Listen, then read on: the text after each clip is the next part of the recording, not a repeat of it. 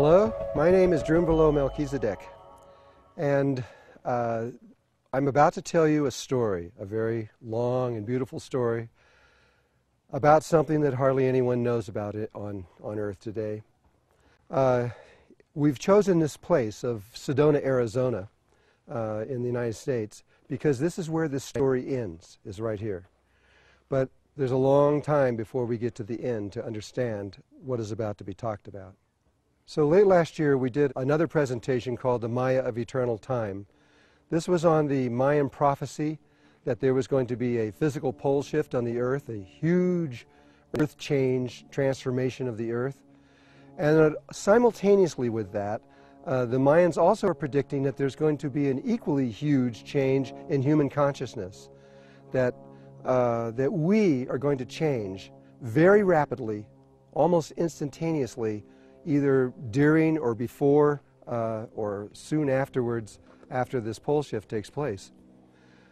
So this story now that we are going to talk about, it's still timed to the same timing that the Mayans are talking about, the precession of the equinoxes, the last 26,000 years. It's still in the same time frame, the same everything, except this story is going to focus on this human change, this human consciousness change that we're all about to go through. However, instead of it being from a Mayan perspective, which they are the timekeepers of the world, it will not come from there. It will come from ancient Egypt, because they are the ones, going back further in time, they are the ones that actually originated all of this work that we're about to talk about. So it's from the ancient Egyptian point of view that we will look through their eyes to see this, to see and to understand this story that we're about to give to you. This story, as I started to say, is something that very few people on Earth know. There are secret groups like the Masons and the Ascended Masters and the Sufis, certain groups of Sufis, the Buddhists, Tibetan Buddhists, they're also familiar with what we're talking about. And there are a few groups in Hinduism that also understand, but most of the religious groups have no idea what we're about to talk about. And most of the world doesn't know. However, science is just beginning to understand. And so this is something you may not know. And so you have to hang in there with me, because this is an unusual subject to begin to speak about. This is not something that you are learning. You already know this information. It's in your heart, and you know it very, very well. It's just that you have forgotten what it is. And so everything we are about to do is not to teach you, but to trigger your own memories so that you can remember what we're talking about, because you have lived through this a long time ago, and you know what we're talking about. And so please keep in mind and allow yourself to be able to make changes within yourself as you watch this film. Otherwise, you're really going to miss the deeper, secret aspect of what this is all about.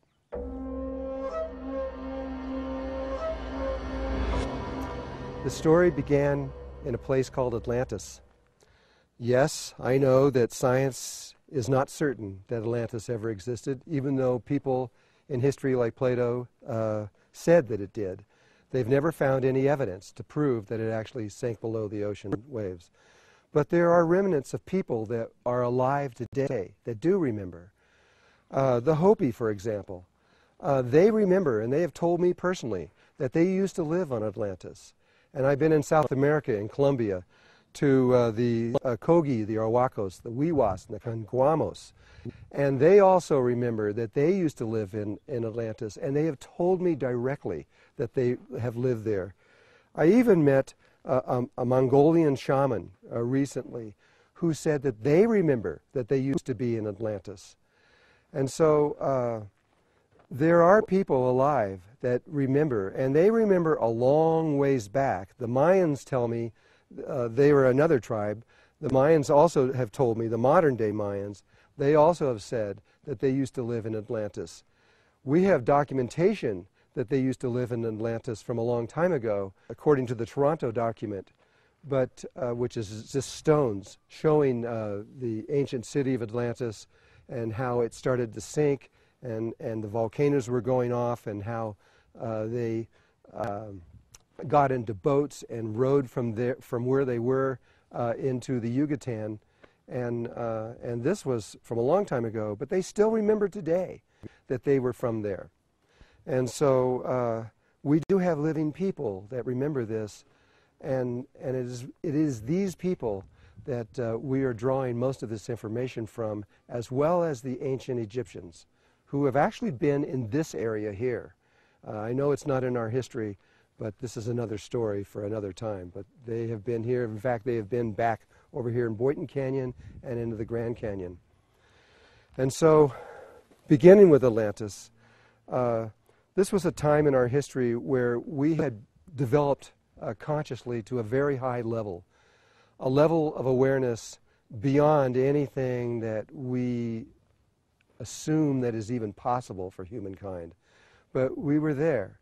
We had broken the bonds with gravity. We were able to levitate and to move in ways, like I said, it's hard to believe. But we had reached this high level of consciousness. However, that was only a small group of them. It was probably less than 1,000 people that had actually reached that. Most of the people there were in a level of consciousness similar to what we are in now. And in between those people, the ordinary people of Atlantis and these very high-level beings, were the Maya. And it was the same name. And they remember that's what they did. They were the translators between this very high level of consciousness and the ordinary people. They were the priesthood, the ones that translated through ceremony what was being told by this inner group of very high beings to the ordinary people out in Atlantis. Everything was going fine for a very, very long time, until about 4,000 years before this happened. A comet came out of a meteorite came out of the atmosphere and just missed the western shores of Atlantis, which is now the eastern shores of the United States. And it broke into three pieces. This is science, knows all of this. It broke into three pieces and went into the ocean and made these three huge holes right on the edge of Atlantis. And the meteorite, the pieces from that, are spread all over the eastern shores of the United States and down into the ocean around there. Well, this unstabilized their continent. It left them really on the edge of a huge abyss. And so 4,000 years later, or 13,000 years ago from now, that's when we had another pole shift. And when we had that pole shift, the continent couldn't withstand the pole shift, and it sank into the ocean. This is the best we could tell right now. This is what happened. But these people, these very high-level beings, they knew this was going to happen. They knew at least 200 years before. They knew their continent was going to sink, and they prepared for this. And in that preparation, one of these groups, a very small group of them, which were perhaps misguided for whatever the reason, they built a pyramid made out of stone, a very large one. And that pyramid sits off the coast of Bimini right now, down deep into the ocean. And they built this pyramid, and inside of there they included, for us, a new technology. It's called the Merkaba. It's around human beings, but you can actually put it into stone or to electronics, any way that you want. And they created this technology inside of this pyramid. Their purpose was not very good. They actually wanted to control the continent of Atlantis and eventually to control the entire world. And but it had been a very long time since they had actually done this. And so they didn't really know exactly how to do it, and they lost control of this pyramid. It was horrible what took place. It split open the dimensional levels between the third and the fourth dimension. It exposed human beings to a level of consciousness and awareness that we're not prepared for. And it allowed beings from other levels of existence to come in here that went into other people at that time. And it was painful, and it ended up being a disaster on the biggest level you can imagine. And so for the last, at least the last couple hundred years of Atlantis, they were in pain. It was terrible. Everybody was sick, and they were dying.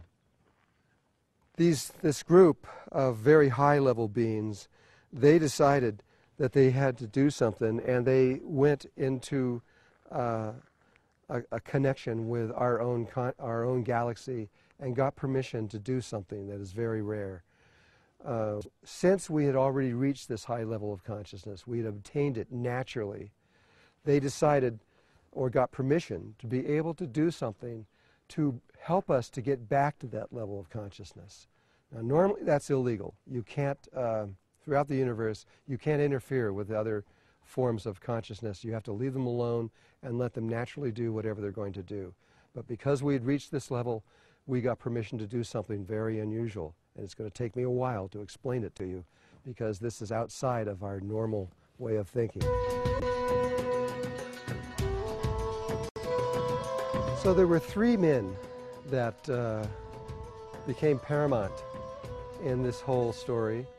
They were the ones out of this small group of highly intelligent beings who knew that we were going to fall, knew that we were going to drop in consciousness, and they were the ones that engineered, conceived of a plan or an idea of how to bring this back to us. Their names, one of them was Chikutet Arlich Vomalites, the other one was Ra, the other one was Ararat. And these three men were ascended masters. They no longer died any longer. They had figured that one out a long time ago. And they were also a part of the ascended masters of that same group that people refer to today. But they're older ones. They were ones that have been around for a very long time. And what they decided to do was something that is tried throughout the universe occasionally. It doesn't always work. Sometimes it works, sometimes it doesn't work. And when it doesn't work, it's just the race of beings on that planet have to just start all over again. And that is usually hundreds of thousands of years of evolution have to be done all over again. And so they began this process of returning our consciousness to us by building a building. And they built this building in an area relative to Atlantis at that time that was completely uninhabited, out in the middle of nowhere by most people's standards. They chose this place for a very specific reason, which I'll talk about in a little while later, but it is the place that we now call Egypt. And this building that I'm referring to is the Great Pyramid in Egypt. This was, they built this before the sinking of Atlantis. They had to get it in place first, because this building was more than just a building. It was also the marking for the entire system that we're about to talk about. But according to them, it was built through consciousness, and it was built very, very rapidly in a matter really of hours. And it was built even more crazy. It was built from the top down, from the top stones down to the bottom. When I presented this information to the Egyptian government back in the 90s, they thought I was crazy too. And so, but they went and checked it to see, and they checked the mortar in between the stones from the top to the bottom, and found out that the oldest stones were on the top and the youngest ones were on the bottom. They couldn't explain it, they didn't know what to say about it, but they couldn't contradict what I was saying. Now, to understand this a little bit further, it wasn't just from this one building that they were going to bring back our consciousness, or from the Great Pyramid. That was just the beginning. It was actually a web of pyramids and temples and sacred sites, churches, all kinds of buildings, even mosques, everything, along with specific mountains and lakes and rivers that were attuned to this. It was a web of these buildings all over the world. 83,000 of them all over the whole world were to be built over time. And in doing that, they were going to change the way the earth functions. these buildings, what's so interesting about them is that they were built over 13,000 years, but the entire structure was created in a matter of hours. Not on this dimension, but on the fourth dimension, on the higher frequencies of the Earth's consciousness. They built the entire thing, and they did that through consciousness in the same way they built the first one from the top down. And so once all these buildings were created on that other level, they slowly began to pull them out of the fourth dimension onto the third dimension. And these buildings were built by normal means. They were built by different tribes like the Mayans in the Yucatan, or in China, or in Japan. Japan has over 100 pyramids running down their islands. All over the world, in Tibet and Mongolia. Mongolia has some of the most amazing pyramids on Earth, and hardly anyone even knows about this stuff. But they're all over.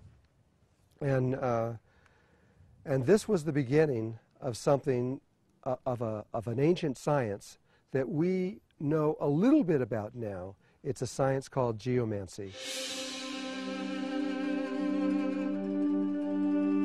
What were they doing by building these pyramids and temples and all these structures all over the world? What were they doing by doing this? Well, it was a very deep level of what today, in modern times, they call geomancy. And what is geomancy? Geomancy is a modern term, more or less. I'm sure they had another name for it, but it is what it is using stones, rocks, crystals. In modern times, they use brass, wires, different kinds of physical things to change the energy flow of the Earth. And these buildings, when they're placed on very, very specific, precise places on the Earth, they change the internal flow inside the Earth and the external flow above the Earth. And I'm talking about the way these kind of energies are energies that are created by volcanoes, by tectonic plate pressures, by geopath lines, and all kinds of internal structures.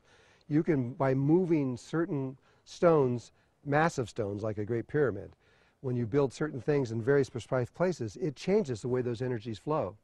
And they also change the way the energies flow above the Earth. And what they were doing by doing this in this way was to create a new consciousness grid, the grid that we lost in Atlantis by falling in that, literally the same fall that the Bible was talking about. By falling from a higher level of consciousness down to where we are now, they were changing this, influencing it, and creating a brand new one so that we could get back. Without this grid, without the consciousness grid, which we haven't talked about yet or really explained, but without this grid that surrounds the entire Earth, we cannot get to this new or old level of consciousness. We can't return to where we once were. It's impossible. You have to have that. And so all of these millions of people that had to carve these stones and put them in place, and these 13,000 years of time were essential in order to do this kind of geomancy on a global level. Also, a new kind of grid could be formed around the external, in space around the Earth, so that we can make a transformation at this time, right now, today.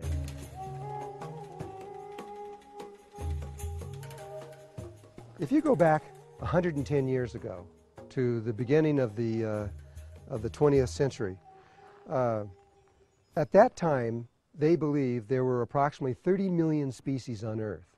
Now, it took somewhere between 4.6 to 5 billion years, depending on who you talk to, for those 30 million species to develop and to be living on the surface of the Earth at this time.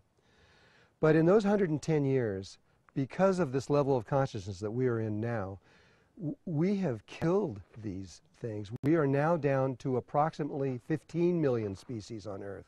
It depends on who you talk to. Everybody varies on how many, the number, but that's approximately what it is. Almost half of the life that's on Earth is now extinct. It's gone. It's never to be seen again, probably. If we can make it into the next level of existence, all of this will end. We will be able to fix what took place over this last 110 years. if we do not return to this other level of consciousness, one of two things is going to take place. And almost all of the indigenous tribes that I've talked to around the world, they all agree with this. If we do not make it this time up into this level of consciousness that we were before, then we will end up killing this planet, and we will kill all the life on it. We will destroy this place. And so it is up to you, it is up to all of us now to remember what this is all about and to make changes within ourselves so that we do not go extinct. Because if we do, it is the end of what everything that is started on this planet. It will go away.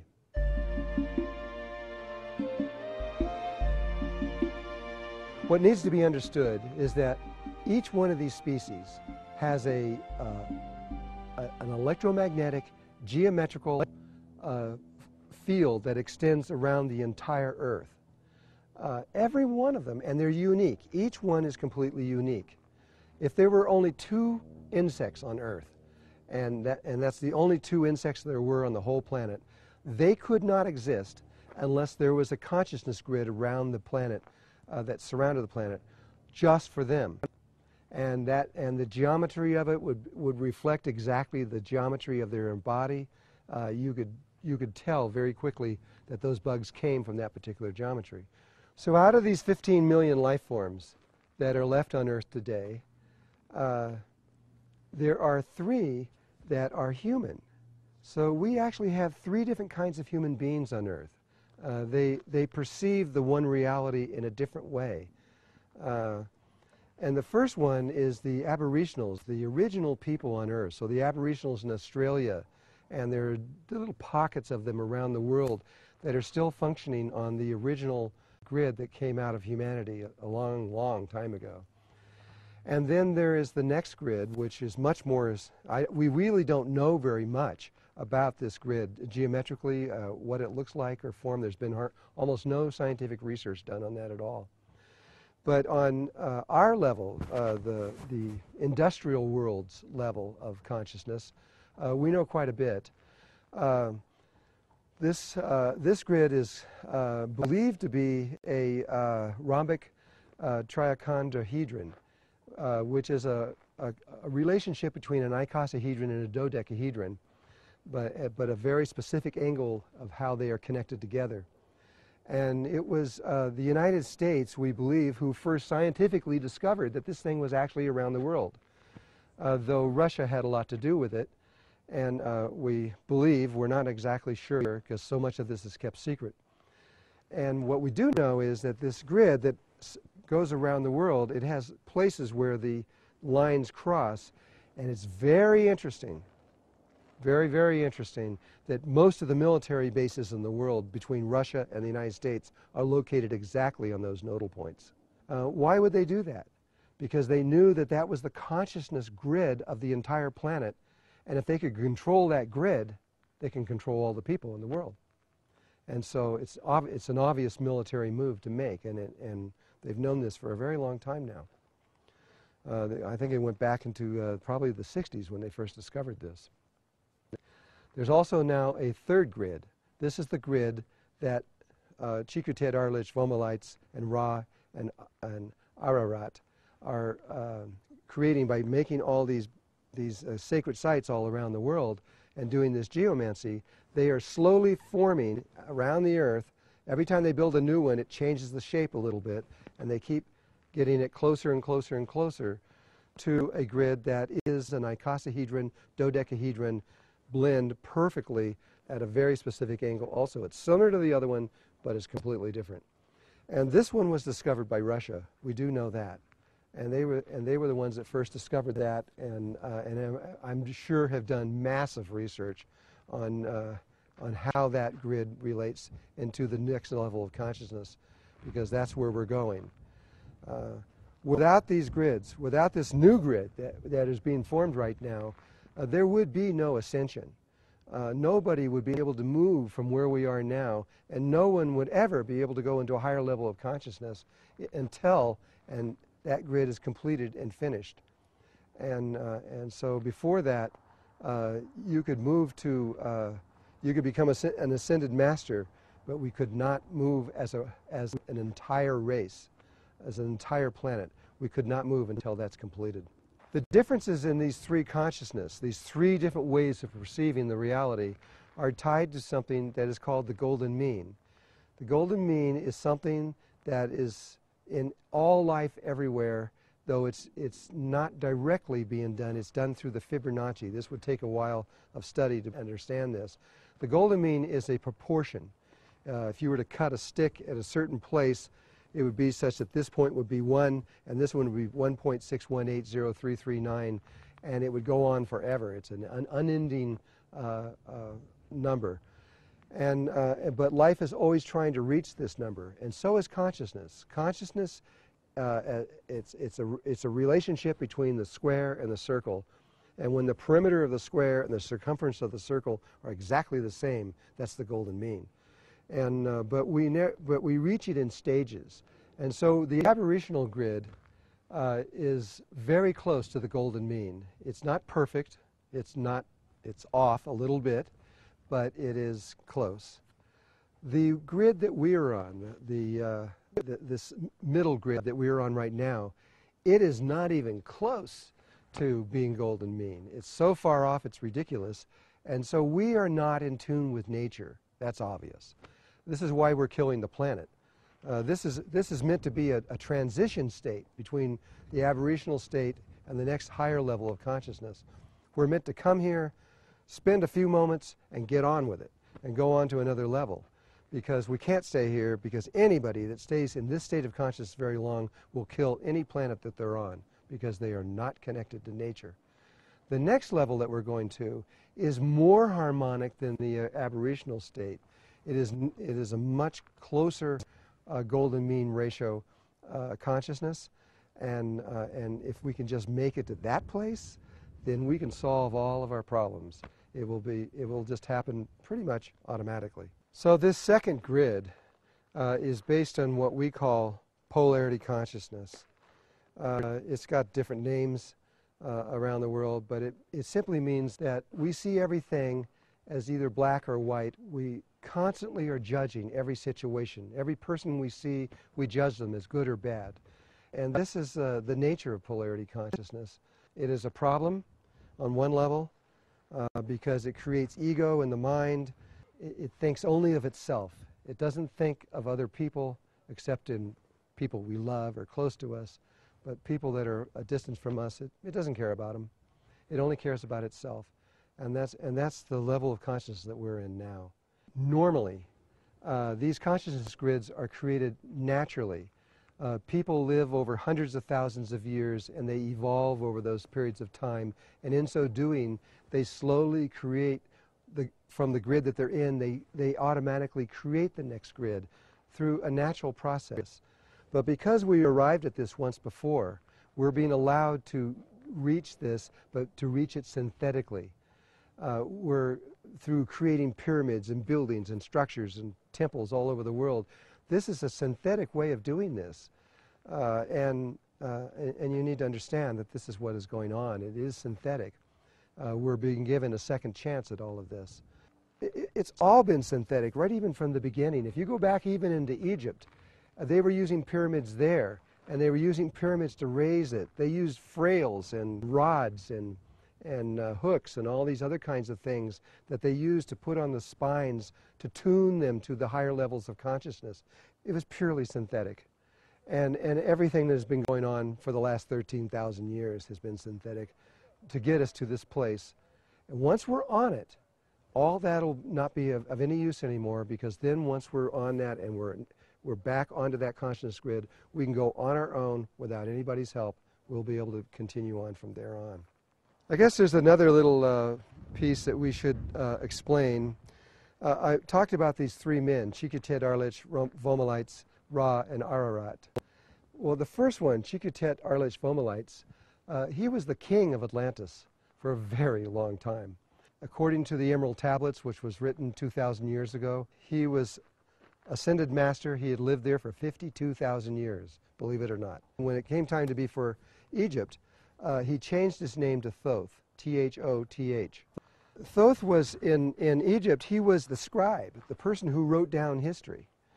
Since he lived for so long, he just kept writing it down. And so everything that I've learned from this pretty much was originally from Thoth. However, his wife was Shizat, and she was also a scribe. She was equally writing down the history. And this is something I think that people need to understand. Almost all of modern history was written by men, and the women were just, their ideas of what took place were just dropped out. But in Egypt, that never took place. Thoth wrote down his ideas of what he believed, his observations and what he saw, and his wife wrote down her observations. They did not correspond at all the times. They saw things differently. They were like a coin with a heads and a tail. And one side was male and one side was female. And really, to really know history and to understand history, you must have both the male and female point of view, or you do not get a full picture of what really took place. Now we need to add another piece to all of this so it begins to make more sense. And you can begin to see that this is just not fantasy, but this is science and mathematics. There was a man named Carl P. Munk who discovered something incredible. And this was toward the end of last century, I think, maybe even as early as the 1980s. But he discovered that when you go to any of these pyramids and churches and temples around the world, that they have a code written on the outside of the building. You don't even have to go inside. It has to do with the shape, with the number of steps, and a lot of different forms that are on the outside of these things. You can go onto his website if you wish to understand what he's talking about in detail. And this is just a review of his work, by the way. This is, I'm not going to go into great detail on this. I'm only going to just give a review of it. So each one of these pyramids, when you look at them, or buildings, will, from the external view of it, will, if you know how to read this code, will produce these series of 3 numbers. And these 3 numbers tell you exactly, it's the longitude, latitude of a grid, not the one we're using today, but an ancient one. And those numbers, in order to arrive at that precision where every single one of those 83,000 sites are precisely on Earth, to arrive at that, we would normally imagine that they would have to be in space and have satellites, a GPS system like we have today. I mean, how could they do this? But what his work has shown is that this is true, that these codes that are coming out of these pyramids are real and actually do delineate. But in order to understand what the system is, you have to look at something very interesting. Ra and Aragat and Chikatet Arlich Vomalites, they knew where the new poles were going to be, and they knew what the new equator was going to be, which is the one we have now. They knew that before, at least 200 years before it actually happened. They calculated that, however they did that. But the prime meridian that we use today is not the one he uses. The one that Thoth is using is the Great Pyramid itself. If you take the North Pole and the South Pole and run a line directly over the apex of the Great Pyramid, that is the prime meridian of this system. And which makes sense. It's the first building that was built. And furthermore, that first building wasn't just placed anywhere on Earth. It happens to be the precise center of the entire landmass of the Earth. They knew that even if you couldn't find that building for some reason, that that spot is not going to move more than a few inches over 13,000 years. There's another thing about Carl's work that's pretty interesting. It was introduced into the United Nations, and the whole system of all of this was given to them, and exactly how it works, and this the new system that they had found and everything, and how this all these pyramids were all around the world were connected to it. And but they didn't know what to do. I mean, it defies everything that modern man knows about ancient man. This makes ancient man on almost the same level that we're on, and how could this possibly be? But they couldn't deny it either, because there it was. It was mathematical fact. And so it's been kind of just shoved under the floor of somewhere in the United Nations, has been put under a carpet somewhere and just forgotten because it didn't fit into anything that we know. And so what I'd like to do now is just to read to you directly from Carl's work some of what he has found to be true, and then you'll begin to understand this. I was trying to develop a code system to be based on the language of latitude and longitude, degrees, minutes, and seconds. The idea being to multiply the three numbers in each set to a single number, 15 degrees times 15 minutes times 01.6000 seconds. Products at 360, the number of degrees of an arc in any circle. For example, when I divided 360 degrees constant by 19 degrees, 18 minutes to 01.05263157892 seconds, I found myself on the parallel of latitude which crosses the Mexico's round 360 degrees Quihuiculico pyramid just south of Mexico City. But later, when probing the larger 21,600, the number of nautical miles in the Earth's polar circumference, I found that when I divided it down through 51 degrees and 10 minutes to 42.3529411 seconds, it crossed the exact center of England's Stonehenge, another round 360-degree monument which originally had 60 stones around its perimeter, as 60 stones times 360 degrees multiplies to exactly 21,600. Problem is, these pyramid grid scenarios kept coming. Egypt's El Kula pyramid at 36, its bent pyramid of Sinafu, 180, the Druid Mound in Massachusetts, 180, the earthen ideogram fort at Newark, Ohio, 2,160, the Temple of the Atlantis at Tula in Mexico, 2,880, the Giza Sphinx at 5,400, Georgia's Kolomoliki Mound, 7,200, Ohio's Seep Mound, 8,640, Mississippi's Emerald Mound, and the Red Pyramid of Sinufu at Darshu, 10,800, the Great Triangle drawn on the plains of Nazca in Peru, 17,280, and Germany's Golo Earth Circle near Bond, 27,000. The Eye and the mile-long face at Poverty Point, Louisiana, 32,400. The Oregon Vortex, 48,600. Manos, another drawing on Nazca's plains, 64,800. And North Bimini's Shark Mound, and the Pyramid at the Magicians at Uxmal, 129,600, all of which are divisible by 360. Now that you've heard Munch's words, you begin to understand that there is this precision grid of 83,000 sites all over the world that are precisely put on the planet, precisely in very specific places, and that it was not possible that this could have been done by all these indigenous tribes like the Mayans or the Egyptians or the Chinese, etc., but rather it had to be a single mind, a single thought, a single plan to do this. There is no other way. And this changes the whole understanding of history and who we were before and who we are now. And so now you can see what Chikitet, Arlich, Fomalites, and Ra and Ararat were doing. They were creating these structures all over the world to change the internal flow of the Earth's energies, which is called geomancy, so that the external flow was altered, and in so doing, slowly creating this electromagnetic field, that's the geometrical electromagnetic field that surrounded the Earth. And in doing that, they were recreating our consciousness grid so that we would be able to ascend. This is a gift of love.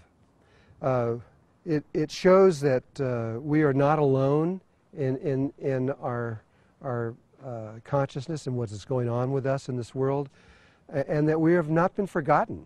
They remember us, and they're taking care of us. These are our ancestors. These are the old ones that are still connected to us now.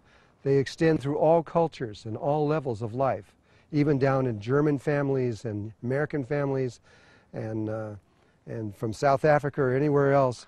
These are our ancestors doing something for us so that we can make a change. And in making this change, we do something for them. We bring them back. We'll explain this later.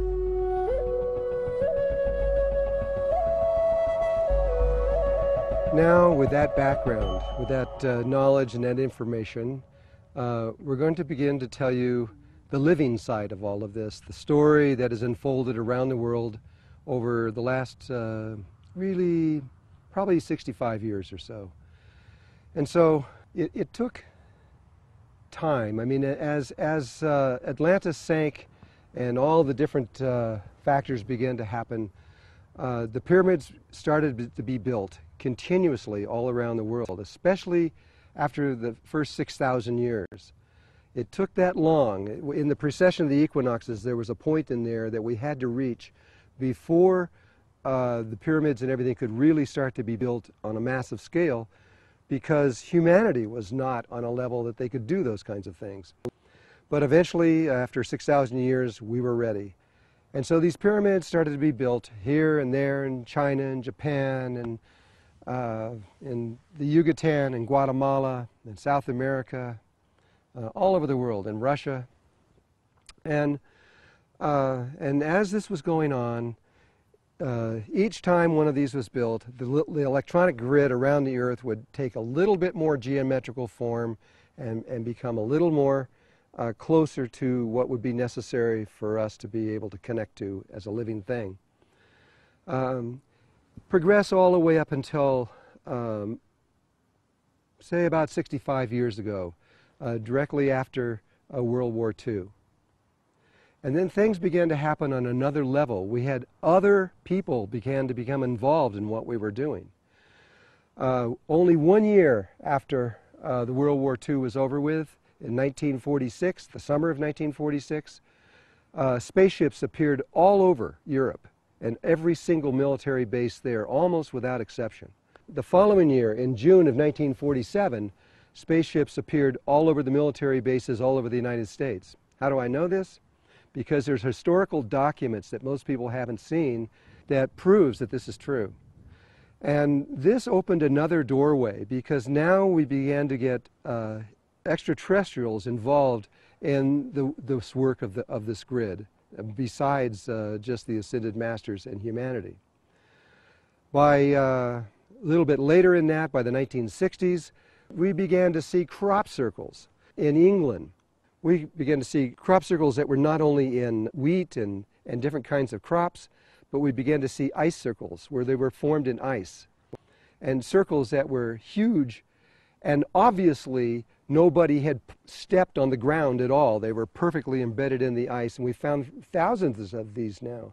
Then we found crop circles that were with trees in Canada, where the trees were formed over. No human being could have done this either. And though we do know through Colin Andrews that about 80% of the crop circles were man-made, the other 20% are not human, at least human as we know it, based crop circles. This was another level of communication that began to take place around the world. It was important communication, but to this day we haven't really understood what they were saying.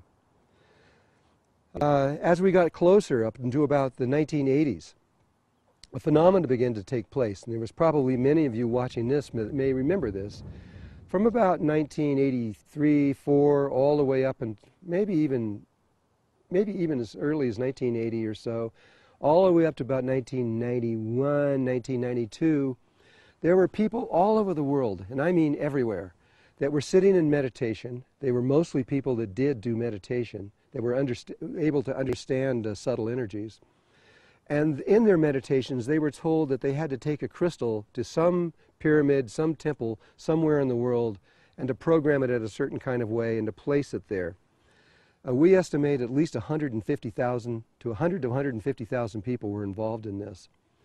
And every time someone went to a certain temple, like Chichen Itza in Mexico, and placed a little crystal in a certain place where they were told to do, this affected the energy of the geomancy of that space just a tiny bit, which would then correct the geometries that were above the Earth.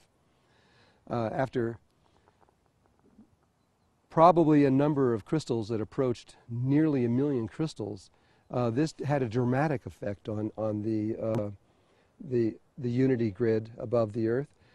But by 1989, and this was documented from the people that I work with at any rate, by 1989, the unity grid around the world was geometrically proper, meaning it was an icosahedron, pentagonal dodecahedron relationship, and energy was moving through it and flowing through it for the first time, but it still was not perfect. There were still problems involved in this, and more corrections need to be made. By the mid-90s, there was a small group of people. This number of people was probably less than 100 people. It was probably closer to 70 or 80 that were experts on subtle energies. And I was one of those, but only one. There were many, many, many other people that were just as important doing what they were doing on those levels. And we were directed to go to very specific pyramids and to make very specific changes, and not changes in the grid or by changing the energies of the pyramids or the temples, but rather the indigenous people that lived in those areas had done things in their lifetime that had caused a distortion in the energetic body of the Earth. We had to go into the Anasazi at one point and make corrections in the Four Corners area where we are now because of what they did over the years that they were involved. We then were involved with the Maya and in Guatemala and Belize and in that area down in there, doing ceremony after ceremony after ceremony to solve the problems of which what they did a long time ago.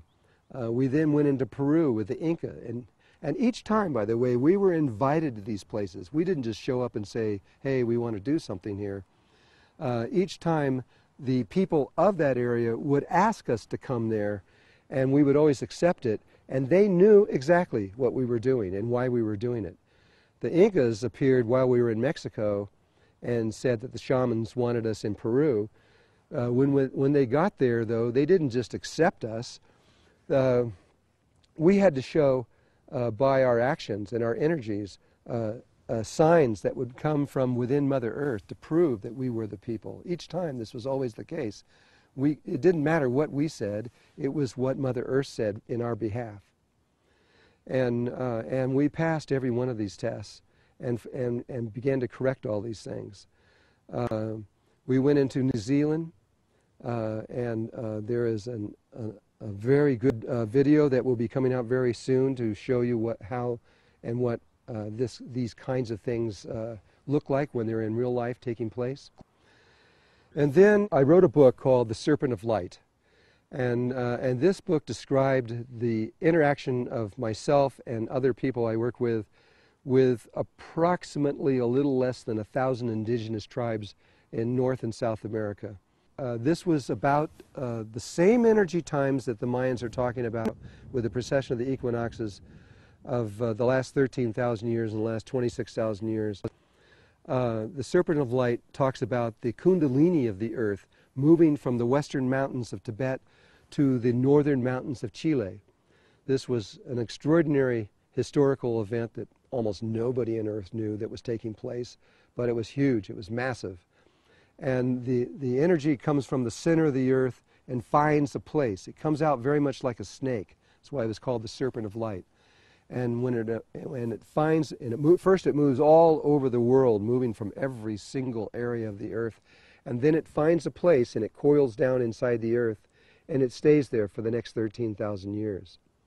And this energy is the kundalini. It wakens the people in that region who become the teachers of the world, just as they have been in India and Tibet for the last many thousands of years.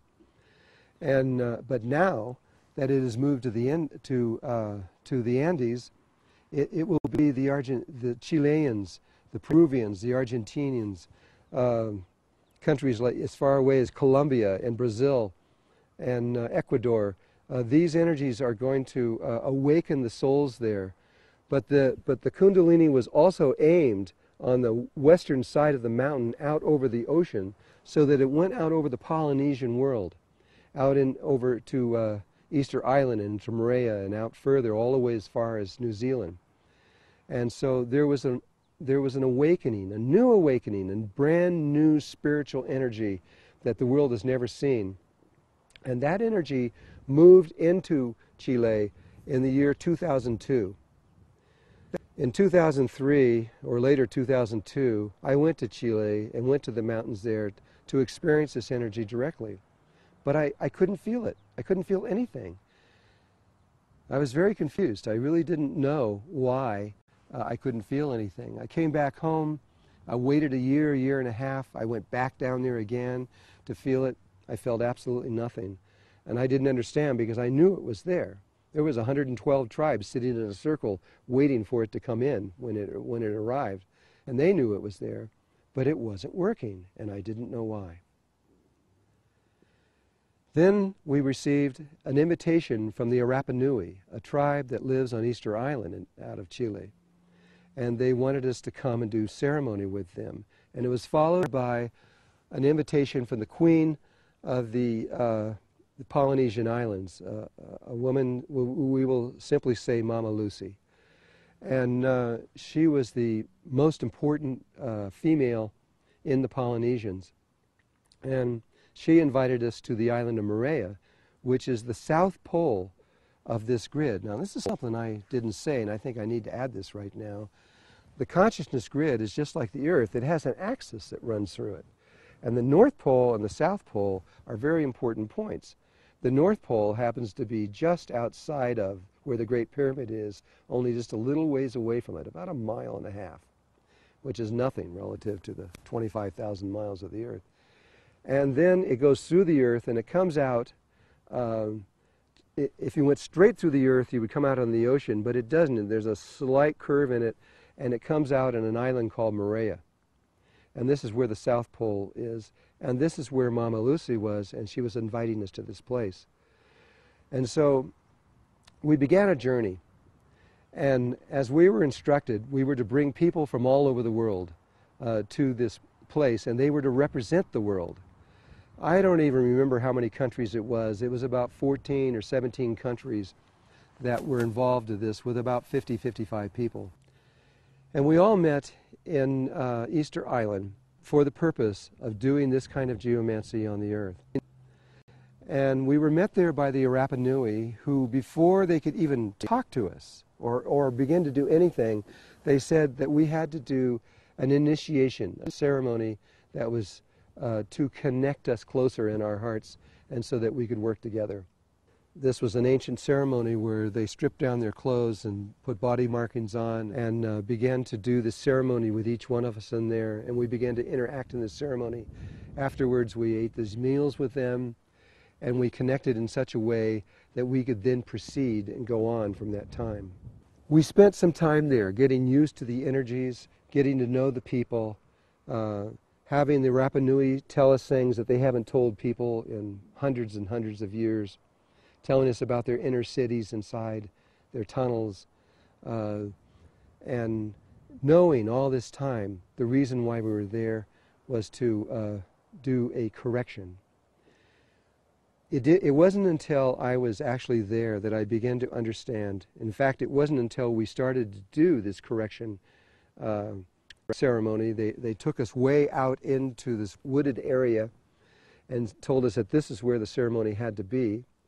And as we were setting everything up, the inner guidance that I follow came in and explained to me why we were doing this ceremony right at the very, very last moment. And it had to do with the Rapa Nui. The Rapa Nui, at one point, they destroyed all their trees, and so that there was no more food, and they began to eat each other. They began cannibalism. And this cannibalism that they created on that island spread throughout the Polynesian islands. And it was this cannibalism that we had to correct. It had to be forgiven, and they had to forgive themselves in this ceremony, so that what that would do is correct the geometry of above the earth, above the island where we were, really. And that in turn would begin to allow the flow to really move through this thing where it could then be born. And so when I was actually taken to the ceremonial site by the Rapa Nui and were shown where it was, and I actually began to set up, putting the cloth in the ground, beginning to put the crystals and everything to arrange for the ceremonial process, it was then that I understood why we were doing this ceremony. And this is important to understand. The Kundalini of the earth did not function because of this distortion that was directly above it in the grid. And it was purposely done by the Ascended Masters and the people involved in this. They didn't want the Kundalini to begin to function before the consciousness grid was born. They need to work together. And so they got the Kundalini in place, but they had to hold it there for about 6 years until the grid was completed. And so then it all made perfect sense of why we were there and what we were doing. And so we began this ceremony, and it was a ceremony that I had never seen before. According to the Rapa Nui, this ceremony had not been performed in anything similar to it for at least 13,000 years. And but that's their story, and I can't really tell you why they said that. And so the ceremony began to unfold with both our group and the Rapa Nui there. And then what it did was it corrected the forgiveness of the cannibalism took place. The energy corrected itself. The grid formed perfectly around the earth for the first time ever, and I felt like it was completed. It felt in my heart, okay, this is done, and I ended the ceremony, and began to end it when something occurred that I did not expect. I had never seen before. Coming out of the sky came this spiraling energy of a golden light, which was coming off of the unity grid, and came down like a tornado, only a soft, gentle tornado. And it came down and it swirled around right down to the earth where we were. Everyone in there had their experiences of this in different ways. We spent a long time talking about this, but for me, it was the most amazing feeling. I had the sensation that I was in the presence of, I would say, God, or some very high consciousness. It was relaxing. Every cell in my body relaxed, and this golden light just kept swirling around us. And you could actually look up into this tube that stretched high up into the sky. It lasted for what felt like maybe 10 minutes, and then it retracted and went back up into the sky. After the ceremony was over, I talked to the Rapa Nui, and I said, have you ever seen anything like this before? And they said, no, we don't know what that was. And I don't either. At least I didn't then. I understand much more now.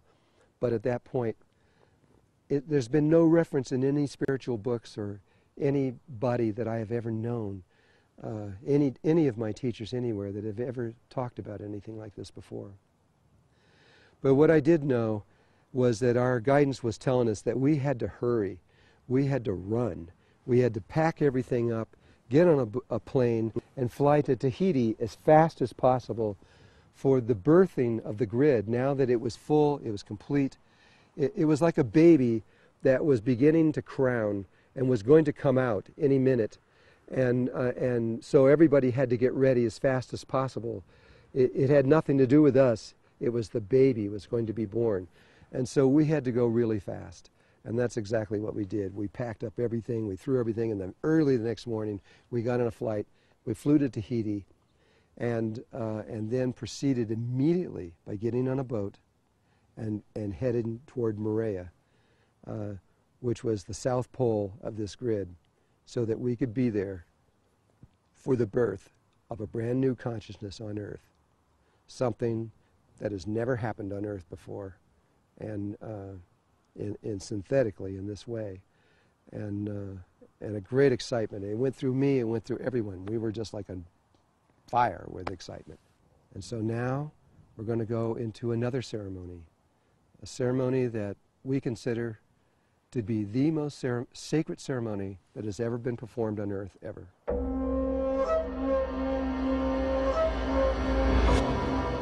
As we pulled into Tahiti, Tahiti is like, it's hard to believe that Tahiti actually exists if you've ever been there, because it's so beautiful. The mountains just stretch up to the sky. It is just an incredible place. And we had just come from Easter Island, which is dry and not much on there and everything. And so all these people were used to that. And as we pulled into the harbor, it was one of the most beautiful scenes I've seen in my life. They got so excited that everybody started clapping because of just the pure beauty of this place. And from there, we were met by members of the Queen of Moorea. Not the next day, but 2 days later, we were taken to be before her. Now, of course, she wouldn't allow all 55 people or whatever it was to come there. So there was just myself and a woman named Ruth Tive, who is a Maori, a native Maori from New Zealand, who knew her language. And I felt like she was the right person to be there. So the two of us went to meet with the Queen. The Queen was a huge woman with this very big heart. She was just pure love. And she knew exactly why we were there, that we were there to birth this new consciousness onto the earth and to do the ceremony for this. And she was also there with her another woman who was her assistant directly underneath her. And she opened us with open arms and hugs, and we began to talk. And very quickly into all of this, she said to me, "Where do you want to do the ceremony?" Well, I said, without thinking too much, I said, well, I would like to do it in the center of the island. The reason I said that was because I was there in 1985, and I had to do ceremony on that same island in 1985 with the same tribe, and they took me into the center of the island, and that's where we did the ceremony. It's in the Serpent of Light book if you want to read that. And so I said, well, how about the center of the island? And she looked at me and she says, well, I can't do that. And we said, why? And she says, well, I don't have authority. I have authority everywhere, but not in the center of the island. I'm sorry, I can't give you that permission. And the person that was her assistant jumps up, ran over to her and says, no, you don't understand. What's about to take place with this ceremony is one of the most important things on earth ever. And just give him permission and we'll deal with everybody later on this. And she said, no, I don't have that authority and I can't do it. And they started getting into a little bit of aggression, you might say. And she says, you have to. And she says, no, I am not going to break the rules. And she says, you must. And she says, no, I will not. And pretty soon they're screaming at each other. And I mean, really putting out some energy. And, I was actually backing up, moving away. And finally, the Queen broke down crying and says, no, I cannot do this. And that's when Ruth went over to her, put her arms around her, and spoke to her in her own language and tried to calm her down. But it didn't do any good. I mean, she was a queen. She was not going to do what was not right. And she was only going to stay in the truth, and that was the truth, that she didn't have that authority and she just wasn't going to do it. And so we left there without any permission to do this ceremony. I went back home to my hotel. I'll never forget this. I sat in there going, oh my God, 13,000 years, millions of people, untold amounts of money spent, 83,000 buildings built all over the world, and many lives were lost doing this whole project. And here we come down to the last few minutes, and two women have a fight, and it's not going to happen? I just didn't believe it. But it really did look like that's what was going to happen. It looked like it was just not going to go anywhere from there. So we sat around for a couple days, and 3 or 4 days, I don't know how long it was, just waiting for something to happen. And then, out of the middle of nowhere, we get an invitation from the king of the Polynesian people. His name was Papa Mataru. He was very old. Well, he wasn't that old, but he was in his 80s. And he asked us to come and have a conference with him. Well, this was great, because it meant that maybe something would happen where we could continue. Because without permission, we can't do this. We can't just run out into somewhere and do this and run away. This requires the Polynesian people to cooperate with us, to do the ceremony with us. We can't do it, and they can't do it. They need the entire world to be there with them, and that's who we were representing. And so he asked for a meeting, and it was in the afternoon, and I again brought Ruth with me because I knew she could speak the Polynesian language, and she understood their ways and everything else. And so we drove to the address they told us, which was, it was his house. And we went into the backyard, and in the backyard there was Papa Mataru in an old white plastic chair in the sand, and his family standing all around him, his wife, his children, and their children, his grandchildren. They were all sitting around there waiting for us to show up. And they had 2 chairs sitting there for Ruth and I. So we came in, and with great reverence we bowed to them and to give him honor for who he was. And he asked us to sit in the chairs. And so we started to introduce ourselves and everything. And while we were doing that, I noticed that he was squinting like this and trying to see who we were. And I realized that he can't see very well. He also couldn't walk very well because you could see his legs were swollen, and he had a cane beside his chair that he needed to be able to walk with. And so he stopped for a moment, and he said, "Come closer. I have to be able to see you." So I was about 12 feet away from him. And so I moved my chair about half the distance, and I sat down and looked at him. And he still was squinting and squinting. He says, "No, you have to come a lot closer. I can't see you." And so I did. I moved the chair till I was about that far away from his face. And I looked, and he says, "Can you see now?" And he says, "Yes, I can see." And then he goes really quiet, and he says nothing. And so I just sat there waiting for him to make the next move. And he looked at me, and he looked at me, and maybe 2 or 3 minutes went by. And then suddenly his whole face opened up, and a smile went on his face. And this is a quote. He said, "Oh, I remember you. You're from the stars." And he points to the heavens. He says, "I have been waiting to meet you all my life." He says, "Anything you want, you can have it, whatever it is." And immediately, to not lose the momentum, I said, "Well, we would like to go into the middle of the island to do a world ceremony there." And he says, "Absolutely, you can go into the middle of the island. I'll arrange everything." He says, "I'm an old man, and I can't walk very well, and I can't walk into the middle of the island, and I really want to be in this ceremony. I feel like I need to be there." He says, "Would you do it here?" Well, there's something I didn't say. The night before, I had a dream. And I had a dream that if you can imagine the grid around the Earth, and that it has a toroidal field, like a magnetic field that goes around it, just like it does the Earth, and it comes around and it goes in. It comes out of the South Pole and it goes into the North Pole. And so it comes out of Morea and it goes into Egypt. And if you think of that, it's like a big tube. It's a vortex, and it's hollow. And I was wanting to be in the center of the island, but what was made clear in this dream, it didn't matter where you were on the island, because the tube that we were needed to be within was bigger than the island. And so we could be anywhere on the island. It didn't really make any difference. And then what happened in the dream right after that, it showed me where the ceremony was going to be. It was a very specific place. We were in a bay where the bay came back around, and you could see the land on the other side. It was a big sandy beach, and there was a river that came, an inland river that came out and emptied into the ocean right there, with this wall that ran along one side, a natural wall. and I could see this.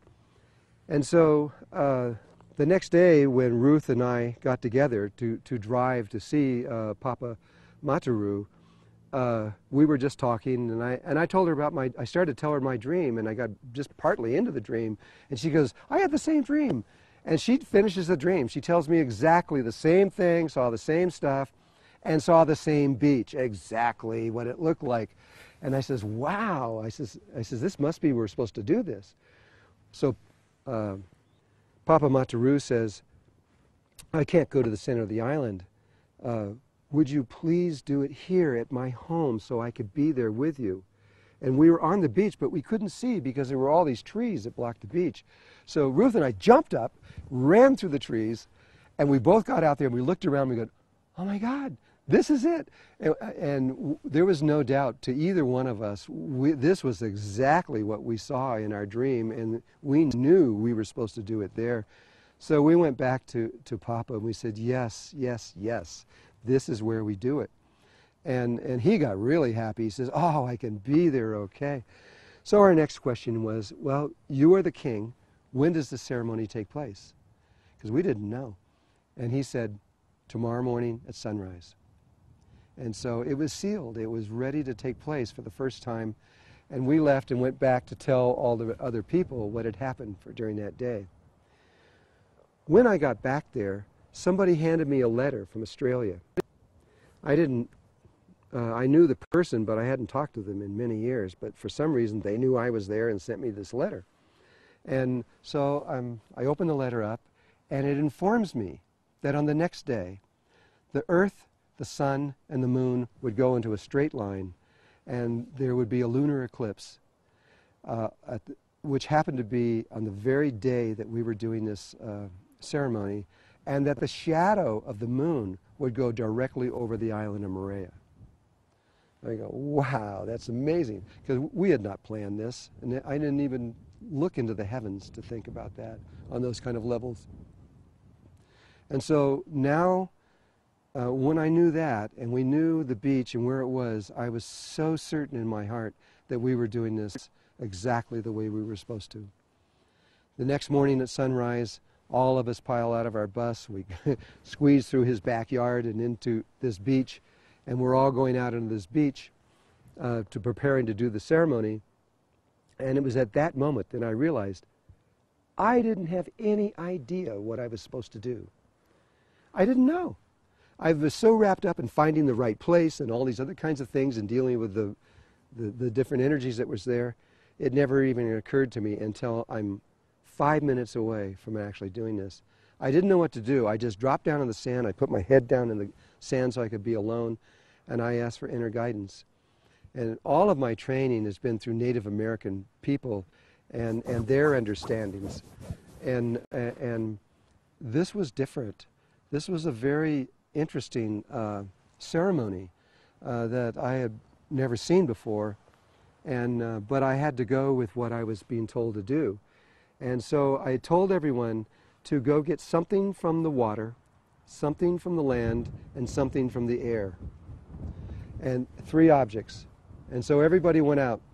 A half an hour later or so, they all came back, and we put these in a sequence of water, earth, air, water, earth, air, all around into my native thing, which was a medicine wheel. It's a circle with a square in the middle for the 4 directions. The ceremony began to unfold in ways, again, that I'd never seen. It was kind of like water or waves coming in, each wave getting stronger and stronger and stronger, and then relaxing. And the energy moved in exactly that kind of way. Papa Mataru was sitting on the edge of the circle in his plastic chair because he couldn't sit down on the ground, and he was watching all of this. And finally, the ceremony came to a close and to an end, and what that signified was that Mother Earth was at that moment giving birth to the consciousness of a new grid. It was crowning. Now, there are some things we have to understand in just a moment here. There's a little bit more to this. But the birthing process was beginning. It was just beginning to take place.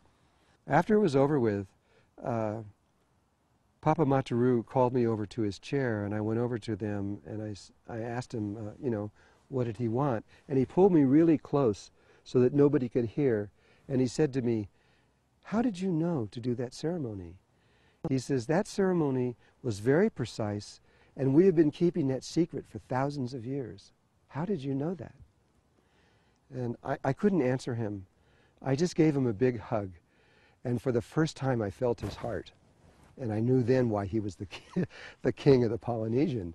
I mean, this man had a heart as big as the earth. He was incredibly sensitive to all life everywhere. And I understood so much in that moment. We left after that. Our job was done. We had finished what we had to do on that island, and we went back to our various places and prepared to leave. We went back a day or so later to our different countries all over the world, back to different places, many, many different places around the world. And I came back here to Sedona, to Arizona. The next morning, one of the people that was in there, Carolina, went up early in the morning of the next morning and took a photograph. An impossible photograph was taken. She showed this photograph from about 30 feet away, and there was the medicine wheel, the shells and everything on the ground, and floating directly above it was a five-pointed star that was a very bright white light that the camera could pick up very, very easily. It was actually more like a five-pointed, like a starfish. The points were rounded. We then got some pictures that were taken 3 weeks later, where people had gone over and the waves had come in and washed it, and you could see the objects were scattered all over the place, but the star was still floating there 3 weeks later, which was still amazing. And then we got a call from Papa Mataru the following day later. Moorea is an island shaped like a heart, and around it is a heart-shaped coral reef, and in there is some of the cleanest, most beautiful water in the world. And it was filled with fish. It looked like, it really, really did. It looked like an aquarium. When I was there in 1985, I was spending 6 hours a day in this water swimming through these fish. And you just swim right through them. And so when we were there this time, I had 2 of my children there. And I was so excited to bring them into the water to show them all these fish. And I said, "Oh, you won't believe this. It's so incredible." We got on our fins and our masks. We jump in the water, and there's no fish. You'd see maybe 2 or 3, 30 feet away, and you'd see another 2 or 3 over here, but it was just open. They were gone. And, well, according to Papa Mataru, about 15 years ago, they all died, and they just disappeared. Well, the next morning, according to Papa Mataru, the entire bay that we were in there, for the first time in 15 years, was filled with these tropical fish. And for him, that was the sign from Mother Earth and from all of their people that what we had done on that day before, that the birthing of the thing, was correct, it was true, and it had actually taken place. And so I was excited. I mean, to hear this, to see this, and to know this. And so when I got back to Sedona, to these red rocks, and I thought everything was completed. But in my meditations, both with my inner guidance and with Mother Earth, actually, it became clear that there was more to do. I didn't really understand what it was, but it has to do with time. The timing of a human birth is that it takes about 9 months for it to grow big enough where it can come out and be born. And when it does come out to be born, that may take anywhere from a half an hour to an hour or even longer for the baby to come out. But this is very similar. When this consciousness grid is born, it's similar in the sense of how life is born, but it takes 13,000 years instead of 9 months for it to be born. So there's a big difference in time. And instead of an hour or so to be born, it takes 1 lunar cycle. It takes 27-point-something days for it to go all the way from grounding to come out and be totally born. And so they told me I had to do one more ceremony here, which we did not very far away from where we're sitting right now. And what was so interesting in that one, which just completely blew my mind, was we did the ceremony, and we we're finishing up the ceremony, and just as we were finishing up the ceremony, the sun, the moon, the earth lined up in a straight line. Another lunar eclipse happened, and it went right over Sedona and right over exactly where I was sitting. Nobody could have ever planned that. I just was speechless for a long time about this. But this has nothing to do with human beings. This is planetary. This is planets and suns and stars, and this is much bigger than any of us. And they move in ways that are precise. And so, after that ceremony was on, it was now completed. There is one little piece that I will like to tell you, and then you will understand, I think, how important this is to you, as well as everyone that you know and everyone on this planet.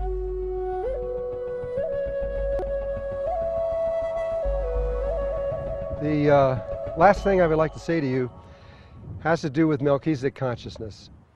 What we know is that when a grid or a planet has this kind of experience where the grid is born, prior to the actual birth, everything could be lost. The whole thing could be lost.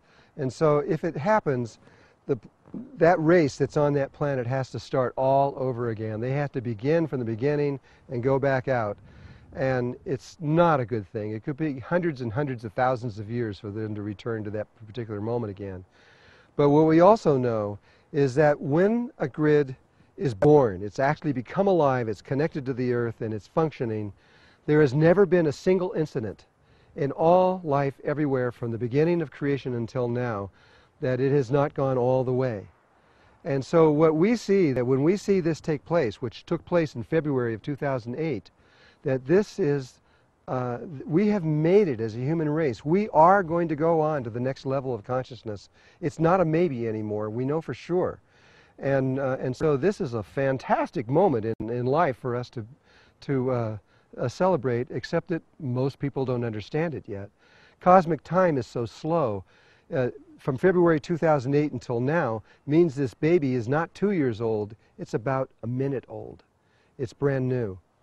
And so what is about to unfold in the future will come very soon, probably, and according to the Mayans and all the rest of the tribes, this will happen between now and the late in 2015, and nobody knows when. And I don't think anybody knows when, actually. I don't care who they are, because only Mother Earth knows the truth of that situation. But we have made it. And so for you who are watching this, understand that you have made it. You are going to go to another level of consciousness beyond your wildest dreams. It will happen. And I just want to thank you. I want to thank you for having trust in yourself and believing in yourself and having the courage to continue in spiritual work. Even though against all odds, I know your families have probably tried to stop you and everything else because it doesn't make sense in the normal world. But thank you so much for everything that you have done in your life to bring this into reality. And all of us, we're going to be together on another level of existence very soon, and at which point we will meet in another way. So thank you from my heart to your heart. Thank you for your lives, and thank you for everything that you have done in your lives.